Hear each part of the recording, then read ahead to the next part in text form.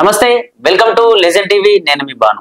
ఏదైతే సర్పంచ్ ఎలక్షన్స్, స్థానిక సంస్థ ఎలక్షన్స్ కోసం గ్రామీణ ప్రాంతాల్లో సర్పంచ్ కావాలని, ఇటు వార్డు మెంబర్ కావాలని చెప్పేసి ఎంతో మంది అటు ఇతర పార్టీ, అటు బీఆర్ఎస్ కావచ్చు, బీజేపీ కావచ్చు, కాంగ్రెస్ పార్టీకి సంబంధించిన యువత అంతా కూడా ఎదురు చూస్తా ఉన్న పరిస్థితి. సార్, కాంగ్రెస్ పార్టీ అధికారంలోకి వచ్చి నుంచి ఇప్పటి వరకు కూడా ఇంకా ఎన్నడూ ఈ స్థానిక సంస్థ ఎలక్షన్స్, ఇటు మున్సిపల్ ఎన్నికలు కావచ్చు, ఈ జిహెచ్ఎంసీ ఎలక్షన్స్ కావచ్చు, ఇంకా ఎప్పుడు నిర్వహించబోతోంది అని చెప్పేసి పెద్ద ఎత్తున కూడా అటు పార్టీ శ్రేణుల్లో కూడా ప్రశ్నవర్షం కురిశారు. ఎందుకంటే అసలు కాంగ్రెస్ పార్టీ వచ్చిన తర్వాత నిజంగా వాళ్ళు గెలవరేమో అని చెప్పేసి కావాలనే ఈ ఎలక్షన్స్, ఈ సర్పంచ్ ఎలక్షన్స్ కావచ్చు, ఇటు మున్సిపల్ కౌన్సిలర్ ఎలక్షన్స్ కావచ్చు పెట్టలేకపోతా ఉంది. ఇలా సంక్షేమ పథకాలు ఇంకా ప్రజల్లోకి వెళ్ళలేమని చెప్పేసి, ఇలా గెలవలేరనే భయంతోనే పెట్టలేకపోతుంది అని చెప్పేసి కూడా ఒక పెద్ద ఎత్తున అయితే ప్రశ్నవర్షం కురిసింది. దీనికి సంబంధించి అయితే ఆగస్టు 15 లోపు 15 లోపు కంప్లీట్ చేస్తామని చెప్పేసి కూడా ప్రభుత్వం ముందుకు వచ్చింది. ఏదైతే 15 లోపు 45 రోజులు వరుసగా ఇటు మొదటగా ఎంపీటీసీ, జెడ్పీటీసీ ఎలక్షన్లు పెట్టుకున్న తర్వాత ఆ వారం రోజుల గ్యాప్ తర్వాత ఎంపీటీసీ కావచ్చు, జెడ్పీటీసీ కావచ్చు అయిపోయిన వారం రోజుల గ్యాప్ తర్వాత సర్పంచ్ ఎలక్షన్స్ ఉండబోతా ఉన్నాయి. గ్రామ పంచాయతీ ఎలక్షన్స్ తర్వాత 10 రోజుల్లో ఏదైతే 139 మున్సిపాలిటీ సంబంధించిన కావచ్చు, అలాగే 70 ఏదైతే 17 మున్సిపల్ కార్పొరేషన్ సంబంధించిన ఎలక్షన్స్ కూడా ఉండబోతా ఉన్నాయి. ఇవి కూడా 45 రోజులు వరుసగా ఎలక్షన్స్ 45 రోజులు కంటిన్యూ అవబోతా ఉన్నాయి. కానీ ఒక్కొక్క ఎలక్షన్స్ కి అటు ఎంపీటీసీ, జెడ్పీటీసీ తర్వాత వారం రోజులకు సర్పంచ్ తర్వాత ఇలా వివిధ రకాల ఇటు మున్సిపాలిటీ ఎలక్షన్స్ వారం రోజుల తర్వాత అని చెప్పేసి 45 రోజులు ఎలక్షన్స్ ఉండబోతూ ఉన్నాయని చెప్పేసి కూడా ప్రభుత్వం చెప్తోంది. కానీ ప్రభుత్వం చెప్తున్న విధానం ఏంటంటే ఈ ఏదైతే 15 లోపు అయితే ఎలక్షన్స్ ఉండబోతా ఉన్నాయి. కానీ దానికి సంబంధించిన షెడ్యూల్ అయితే దానికి సంబంధించిన షెడ్యూల్ ఈ జూన్ చివరి వారంలో లేకపోతే జూలై మొదటి వారంలో అయితే దీనికి సంబంధించిన షెడ్యూల్ కూడా విడుదలయ్యే అవకాశం ఉందని చెప్తా ఉన్నారు. కానీ ముందుగా ఈ ప్రభుత్వం ఏం చేస్తుందంటే ఏదైతే కాంగ్రెస్ పార్టీలో ఉన్న కలెక్టర్స్ అందరికీ కొన్ని ఆదేశాలు ఇచ్చింది.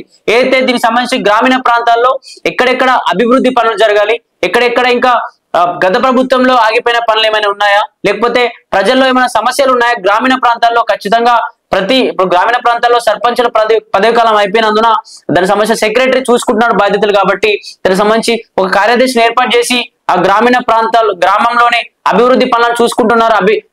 ఏదైతే ప్రజల యొక్క సమస్యల పరిష్కార దిశగా ఒక కార్యదర్శిని పెట్టారు. కాబట్టి దీనికి సంబంధించి ఏ గ్రామంలో ఏ అభివృద్ధి పనులు అయిపోయాయి, ఏమన్నా సమస్యలు ఉన్నాయా, వాళ్ళకి సంబంధించి సీసీ రోడ్లు ఇష్యూ కావచ్చు, ఇవన్నీ కూడా పరిష్కారాలు తొందరగా కంప్లీట్ అయ్యేలా అన్ని అభివృద్ధి పనులను ఏదైతే 15 లో పూర్తి చేసిన తర్వాత ఎలక్షన్స్ లోకి వెళ్ళాలి అని చెప్పేసి ఏదైతే అభివృద్ధి పనులను అయితే పూర్తి చేయడం కోసం ఏదైతే జిల్లా కలెక్టర్స్ ఆదేశాలు ఇచ్చి ఒక క్యాలెండర్ ను రిలీజ్ చేయండి, ఒక క్యాలెండర్ ప్రకారం అభివృద్ధి పనులను కంప్లీట్ చేయండి అని చెప్పేసి కూడా ఏదైతే కాంగ్రెస్ ప్రభుత్వం చెప్తూ వస్తోంది. దీనికి సంబంధించి అయితే కలెక్టర్లు అయితే ఒక పెద్ద ఎత్తున గ్రామీణ స్థాయిలో ఉన్నటువంటి సెక్రటరీ ఎవరైతే ఉన్నారో వాళ్ళందరితో మాట్లాడి మీటింగ్స్ ఏర్పాటు చేసి, జూమ్ మీటింగ్స్ ఏర్పాటు చేసి వీళ్ళందరినీ ఒకే తాటిపై తీసుకొచ్చి నిజంగా గ్రామీణ ప్రాంతాల్లో ఏ అభివృద్ధి పనులు ఉన్నాయో మండల ప్రాంతాల్లో కావచ్చు, జిల్లా స్థాయిలో ఉన్నటువంటి ఏమైనా ఏదైతే అభివృద్ధి పనులు ఏమైనా ఆగిపోయాయో వీటికి సంబంధించి తొందరగా కంప్లీట్ చేయాలి. దీనికి సంబంధించి ఏదైతే నిధుల కోసం మంజూరు చేస్తుంది ప్రభుత్వం, ఖచ్చితంగా ఏమేమి కావాలి, ఎంత నిధులు కావాలని చెప్పేసి అందరూ ఖచ్చితంగా డీటెయిల్స్ ఇవ్వండి అని చెప్పేసి కూడా కలెక్టర్ గారు ఆదేశించారు.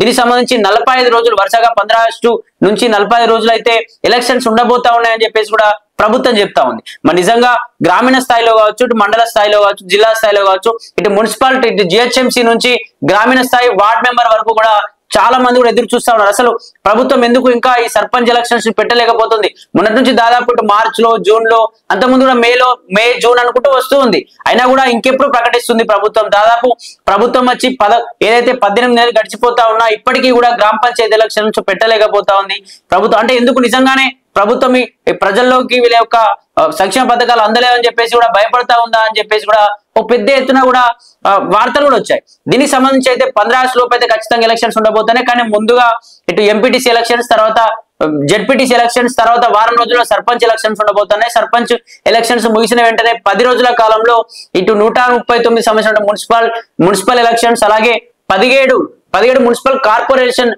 ఎలక్షన్స్ కూడా ఉండబోతున్నాయని చెప్పేసి కూడా అయితే కాంగ్రెస్ గవర్నమెంట్ చెప్తా ఉంది. దీనికి సంబంధించి అయితే ఖచ్చితంగా పెద్ద ఎత్తున కూడా పోటీదారులు కూడా ఉండబోతా ఉన్నారు. నిజంగా ఎలక్షన్స్ వస్తే మరి కాంగ్రెస్ పరిస్థితి ఏంటి? నిజంగా కాంగ్రెస్ నుంచి తరపున నిలబడ్డ ఎమ్మెల్యేలు కావచ్చు, ఇటు కౌన్సిలర్లు కావచ్చు, జిహెచ్ఎంసీ పరిధిలో ఉన్నటువంటి కార్పొరేటర్లు కావచ్చు, మరి ఎంతమంది గెలిచే ఛాన్స్ ఉంది? ఎందుకంటే దాదాపు ఎక్కువగా ఏదైతే బీఆర్ఎస్ ఎక్కువగా హైదరాబాద్ లో ఎక్కువగా బీఆర్ఎస్ సంబంధించిన కార్పొరేటర్లు ఉన్నారు, కొందరు బీజేపీ సంబంధించిన వాళ్ళు ఉన్నారు.